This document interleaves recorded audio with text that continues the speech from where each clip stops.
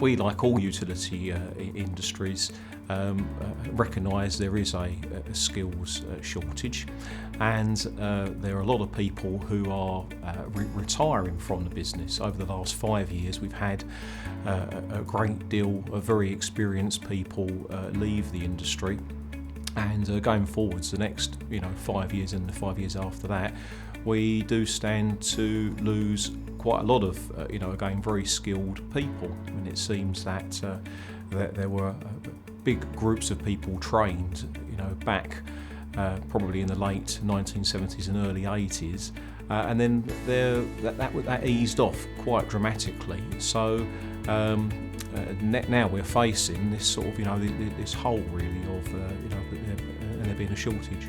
We will definitely need to recruit more and to train more, and do that with limited funds and budget. It's not completely unlimited, so that is going to be our biggest challenge. Personally speaking, I was an apprentice, and I did a 3-year apprenticeship, and I'm completely all for apprenticeship schemes, and yes, apprentices, they definitely are a very, very valuable method of getting in home, growing your very own, exactly what it is that you want these people to be able to do.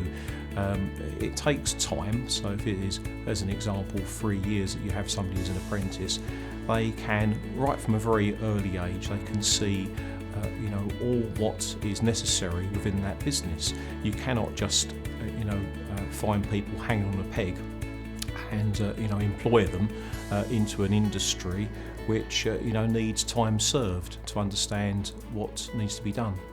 I would say you need to recruit and train large numbers of these people, and then later on they will permeate to different places within the utility industries. It's fairly short-sighted, only replacing one-on-one and hope that person is going to be retained.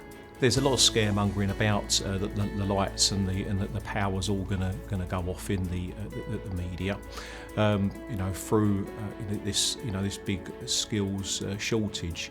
I know from my industry, we have been employing new apprentices and taking on lots of adult recruits. We've got over 200 people currently on apprenticeship and adult recruit kind of programs at the moment, and that's looked at carefully with the amounts of people that are leaving our company versus the amounts of people that we are coming in. The return on the investment is always going to be very difficult. It's very expensive to train an apprentice from the beginning to when they complete their apprenticeship.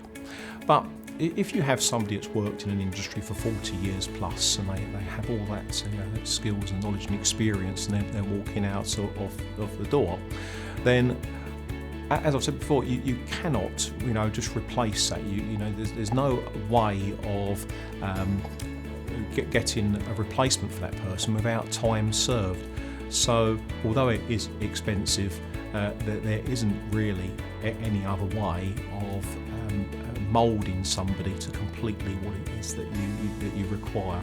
Develop as a training company. I've worked very closely with SGN for at least 10 years that I know of, and we do a lot of training for our apprentices. They're one of our major training providers, and I cannot see that there's going to be any change in that at all. That going forwards, like the last 10 years, we still have this shortage of skilled workers, and we are going to need these large training programs. So if anything, I predict that the training requirements are going to go up rather than go down.